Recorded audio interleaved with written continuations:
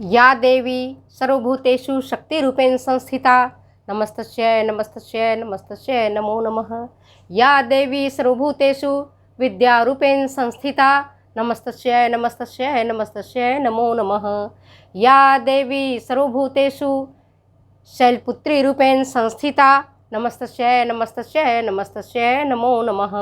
आज के इस वीडियो की शुरुआत, आज की इस क्लास की शुरुआत मैं माँ जगदम्बा, माँ भवानी को प्रणाम करते हुए, नमस्कार करते हुए करती हूँ कि हे माँ, आप शक्ति स्वरूपा हैं, आप विद्यादायिनी हैं, आप संतान देने वाली हैं, आप सब कुछ देने वाली हैं। इस संसार की सभी विभूति आपके पास है। तो आज की इस वीडियो की शुरुआत मैं माता के चरणों में प्रणाम करके करती हूँ और माता से आशीर्वाद चाहती हूँ। हे माँ, आप हमें और हमारे बच्चों को, सभी को सर्व संपन्न रखें, सभी प्रकार के दुखों को दूर करें, उन्हें सुखों से परिपूरित करें। और इसी कामना के साथ आज के मैं इस वीडियो को प्रारंभ कर रही हूँ। तो देखिए, चलते हैं इस वीडियो के करने के लिए। आज का टॉपिक है हमारा लो प्रोटीन डाइट। बच्चे कहते हैं कि मैडम कौन सी बीमारी में किस प्रकार का आहार दिया जाना चाहिए, इसके बारे में थोड़ा हमें बता दें, क्योंकि हम कंफ्यूज हो जाते हैं। तो प्यारे बच्चों, आप कंफ्यूज बिल्कुल ना होएं। मैं आपको बता रही हूँ किस बीमारी में किस प्रकार का डाइट हमें दिया जाना चाहिए। तो पहला है आपका लो प्रोटीन डाइट, कम प्रोटीन वाला आहार। कम प्रोटीन वाला आहार किस प्रकार के लोगों को दिया जाना चाहिए? तो पहला है फॉर होम, किसके लिए लो प्रोटीन डाइट किसको दिया जाएगा? तो आप थोड़ा ध्यान से देखें। ग्लोमेरुलोनेफ्राइटिस, ग्लोमेरुलोनेफ्राइटिस वृक्क का यह रोग है जिसमें ग्लोमेरुलस, वृक्क का जो नेफ्रॉन्स होता है, नेफ्रॉन में जो ग्लोमेरुलस पाया जाता है उसमें रोग हो जाता है, वो खराब हो जाता है। ग्लोमेरुलोनेफ्राइटिस वृक्क का रोग है, किडनी का रोग है। आप कहते हैं ना किडनी फेल्योर हो रहा है, किडनी खराब हो रहा है ना? तो उस जब भी कभी किडनी की किसी भी प्रकार का किडनी का बीमारी है किसी भी व्यक्ति को, तो उस स्थिति में कभी भी ज़्यादा प्रोटीन वाला डाइट नहीं दिया जाता है। अब आप कहोगे कि क्यों नहीं दिया जाता है, क्यों नहीं दिया जाएगा? इसलिए बच्चे नहीं दिया जाएगा कि किडनी को जितना प्रोटीन आप लोगे उतना ही किडनी को छानने का काम करना पड़ता है। हमारे जो रक्त है निरंतर बहता रहता है ना? 4.5 लीटर है या 5.5 लीटर हमारे शरीर के भीतर जो खून है निरंतर प्रवाहित होते रहता है और सबको छानने का काम करता है किडनी। किडनी की कोशिका कहलाती है नेफ्रॉन। किडनी की कोशिका क्या कहते हैं हम? नेफ्रॉन कहते हैं। तो वो छानने का काम कर रहा है, किडनी को छानने का काम कर रहा है। ठीक है, समझ गए? मतलब ब्लड को छानने का काम कर रहा है, सॉरी, किडनी को छानने का नहीं। किडनी में जो कोशिका है नेफ्रॉन जिसको कहते हैं, वह हमारे रक्त को छानने का काम करता है। और यूरिया, यूरिक एसिड और जो वर्ज्य पदार्थ है जो हमारे काम की नहीं है, जो हमारे बॉडी को नुकसान करता है, उन सभी को छान करके वो एक्सक्रीटरी ऑर्गन्स तक भेज देता है। वर्ज्य पदार्थ को वो छानता है और छान करके अलग कर देता है। जब मैं आपको उत्सर्जी अंग पढ़ाऊंगी तब आप डिटेल्स पढ़ाऊंगी। अभी आप इतना ही जानो कि किडनी का जो भी रोग होता है उस रोग में लो प्रोटीन डाइट दिया जाना चाहिए। हाई प्रोटीन डाइट दोगे किडनी और डैमेज हो जाएगा।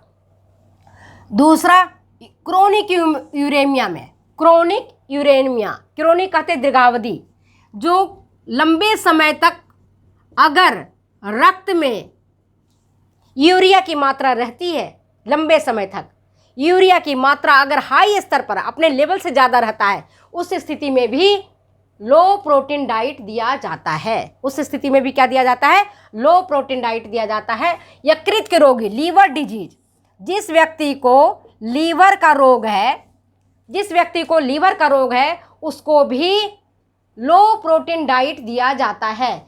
किस स्थिति में लीवर का रोग होता है? जॉन्डिस, जिसको हम कहते हैं हिंदी में पीलिया। पीलिया की स्थिति में कभी भी हाई प्रोटीन डाइट नहीं दिया जाता है, लो प्रोटीन डाइट दिया जाता है, क्योंकि लीवर को भी फंक्शन करना पड़ता है। लीवर हमारा storage house of the body है, उसमें बहुत सारे खनिज पदार्थ, बहुत सारी चीज़ें लीवर में जमा होकर रहता है। तो पीलिया जब हो जाता है तो लीवर की कोशिकाएं मरने लग जाती हैं, समझिए। लीवर की कोशिकाएं मरती हैं। उस स्थिति में उसको हाई प्रोटीन अगर डाइट देंगे तो लीवर अपना जो फंक्शन करना रहता है, नॉर्मल फंक्शन करेगा, वो करना बंद कर देता है। इसलिए जो इस व्यक्ति को लीवर का बीमारी है, जिस व्यक्ति को किडनी का बीमारी है, उसको लो प्रोटीन डाइट दिया जाता है। जॉन्डिस एक समझ में आ गया, पीलिया सब जानते हो। दूसरा viral hepatitis. Viral hepatitis virus के कारण, अगर लीवर में कोई वायरल के इन्फेक्शन के कारण अगर कोई सी व्यक्ति को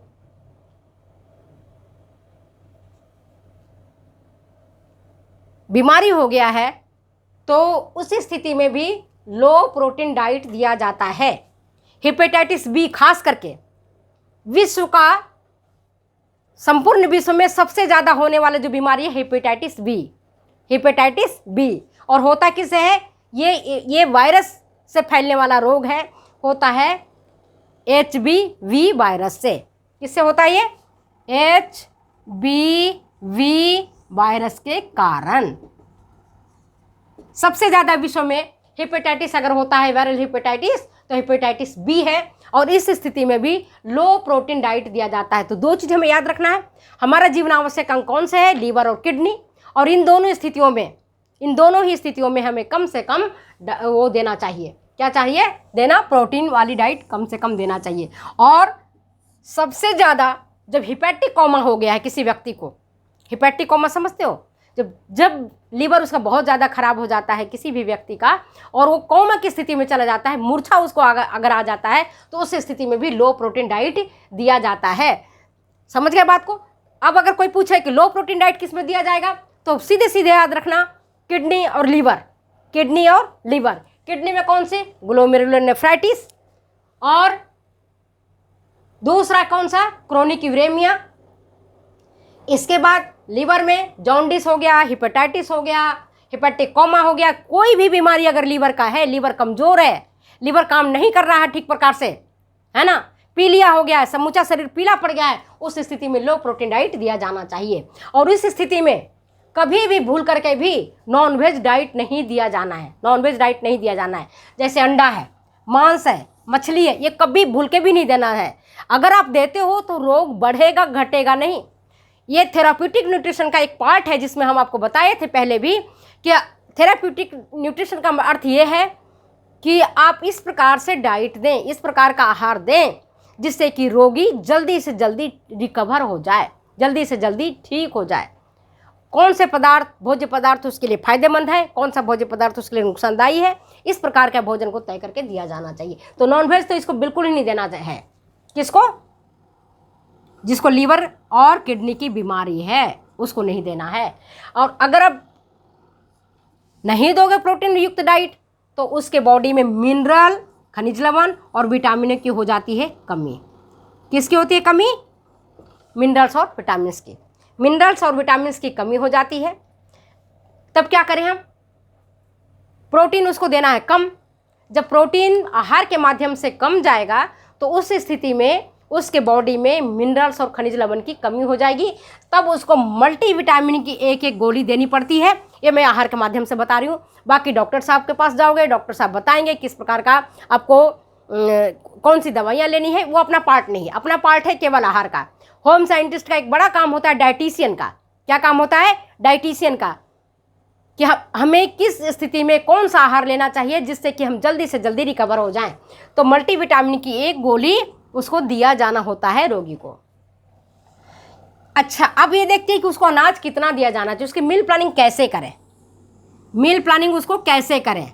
तो जो इस व्यक्ति का लीवर खराब हो गया, जिस व्यक्ति की किडनी खराब हो गई है, या ऐसे सोचो ना कि जब हमें बुखार आ जाता है, हमें दस्त लग जाता है, तो हमें खुद भी खाने का मन नहीं करता है। पहला हमारा पेट ही रूठ जाता है, वो खाना और पचाना दोनों ही बंद कर देता है। कोई भी बीमारी आती है, इवन जुकाम आ जाता है तो भी खाना नहीं भाता है। सही बात कह रही हूँ, गलत कह रही हूँ? राइट और रॉन्ग? राइट है ना? तो हमें भोजन अच्छा नहीं लगता है। जब हम खाना खाते हैं तो बिल्कुल सुहाता नहीं, खाना देख करके उबकाई आने लगती है, खाने देख करके जी घबराने लगता है, खाने का मन नहीं करता है।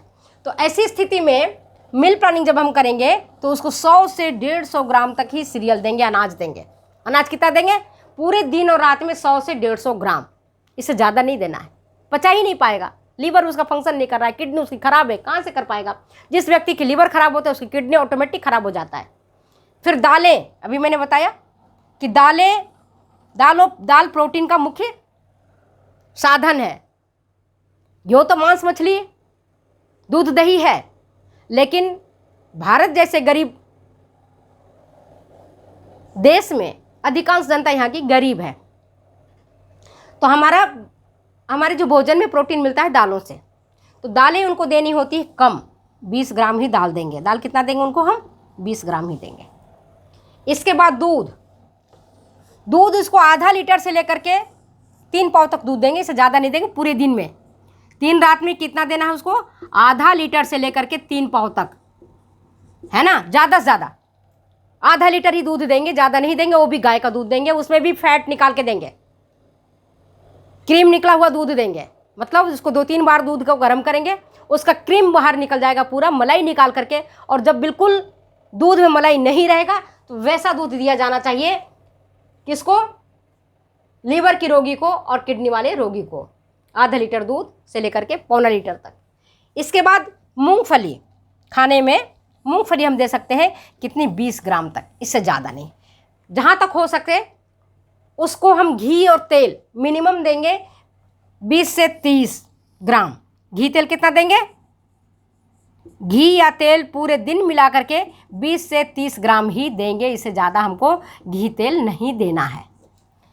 गुड़ शक्कर 30 से 50 ग्राम, जैसे गुड़ चाय पीती है या दूध में डाल के देना है। कुल मिलाकर के पूरे डाइट में हम जो कुछ भी देंगे उसमें 30 से 50 ग्राम ही गुड़ शक्कर देंगे। फल उसको हम ज़्यादा से ज़्यादा 1 पाव देंगे, 200 ग्राम तक ही फल देंगे, जो भी फल देंगे हम, है ना। लेकिन फल भी इसको ऐसे दिया जाना चाहिए जो सुपाच्य हो। जैसे आपके मौसमी का रस है वो दो, आपको नुकसान नहीं करेगा। संतरे का रस है, नुकसान नहीं करेगा, पर केला देर से पचेगी। केला जैसी चीज़ों को नहीं देना चाहिए, हेवी चीज़ें नहीं देना चाहिए, ड्राई फ्रूट्स नहीं देना चाहिए, जैसे काजू है, बादाम है, ये सब बहुत हेवी होता है, इसको नहीं देना चाहिए, ठीक है।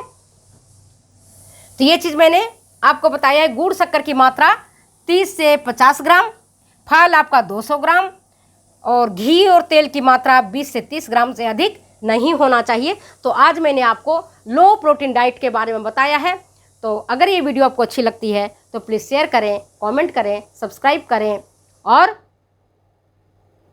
लाइक करना बिल्कुल नहीं भूलें। अगर आप कमेंट करते हो और आपको जो कुछ समझ में नहीं आता है वो आप कमेंट बॉक्स में लिखिए, मैं आप सबका कमेंट पढ़ती हूँ।